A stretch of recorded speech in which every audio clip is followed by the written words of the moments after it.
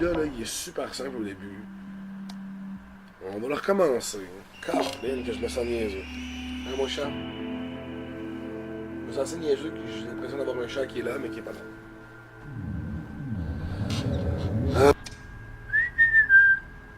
Ah! Merde! Je me sens tellement stupide. Ah! Well done. Merci. Fuck! Oh, my... Salut tout le monde, ici Conan des Geeks Contre-Attaque. Alors, le review du jeu que j'attendais beaucoup, Static sur la PlayStation VR. C'est bon, donc, ce jeu-là, je l'attendais beaucoup parce que juste par le simple concept de leur résolution de puzzle qui se fait avec une boîte qui est en fait autour de vos mains pour faire des manipulations afin de résoudre les puzzles.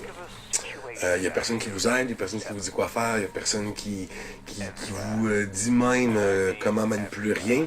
Il n'y a qu'un scientifique qui vous regarde d'un air qu'on peut pas décrire parce qu'on peut pas voir son visage parce que son visage est embrouillé pour sûrement préserver son anonymité. Donc, ce jeu-là, je l'attendais beaucoup parce que pour moi, là, ça avait une vibe vraiment un peu comme Portal, le jeu de Valve d'il y a vraiment une couple d'années. Si vous n'avez pas joué à Portal, je vous recommande Portal fortement. Donc, j'attendais beaucoup ce jeu-là sur la VR parce que il y avait le même genre de cynisme, le même genre de, tu sais, d'humour noir, mais quand même très intelligent que je voyais qui sortait de ce jeu-là. Et je trouve que, effectivement, c'est effectivement ça. C'est vraiment bien amené. Ce jeu-là est vraiment pas un jeu cheap, pas du tout. On sent vraiment que tout est réfléchi, tout est posé. C'est vraiment un jeu qui m'a fait frustrer maintes fois. Mais malgré tout ça, je recommande quand même, si vous aimez les jeux de puzzle difficiles, je recommande ce jeu-là vraiment, vraiment beaucoup. Maintenant, au point de vue de l'analyse du jeu, le visuel, rien à redire. C'est sûr et certain que c'est pas des graphiques qui vous mettent à terre, mais encore une fois, avec la nature du jeu, la nature même de ce genre de gameplay-là, des graphiques super impressionnants, c'est pas si important que ça.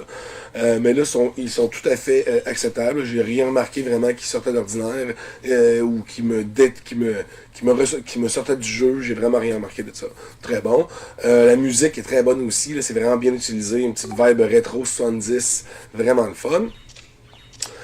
Sinon, au point de vue du script, du scénario, c'est sûr que c'est très, très minimaliste. Là. On ne sait pas où est-ce qu'on est, comment on s'appelle, on ne sait pas qui nous fait des tests, pourquoi on fait des tests, on ne sait pas rien de tout ça. Il faut vraiment essayer de glaner des informations par notre environnement.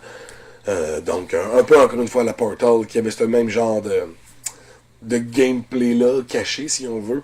Donc, pour ce qui est de l'histoire, c'est vraiment mystérieux, c'est vraiment intéressant, mais encore une fois, c'est vraiment minimaliste. Donc, si vous voulez vraiment une histoire avec du développement de personnages, c'est peut-être pas le jeu fait pour vous, mais je trouve qu'il y a quand même quelque chose à se mettre sous la dent. Sinon, au point de vue des mécaniques présentées, c'est vraiment le fun parce que c'est vraiment là, c'est quand on va dire think outside the box. C'est littéralement ça qu'il faut faire tout en étant dans la boîte, n'est-ce pas?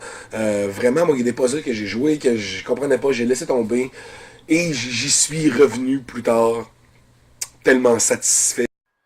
Oh my god!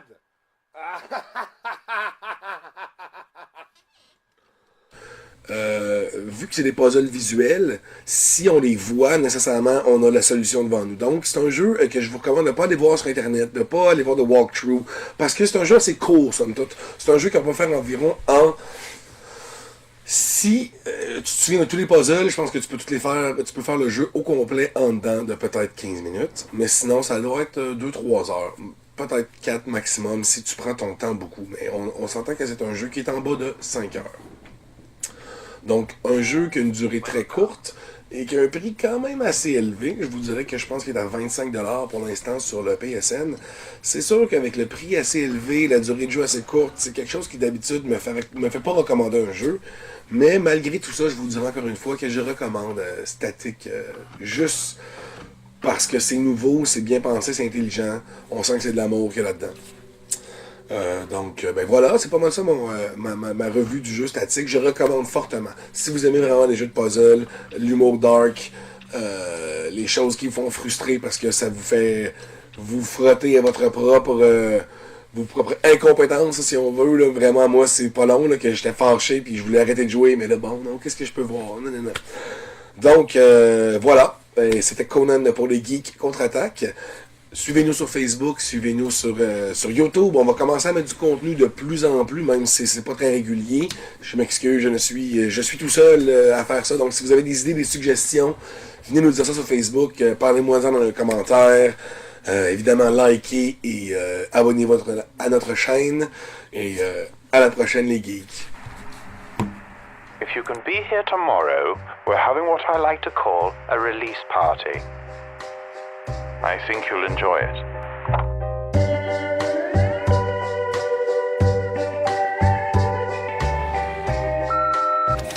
Oh, and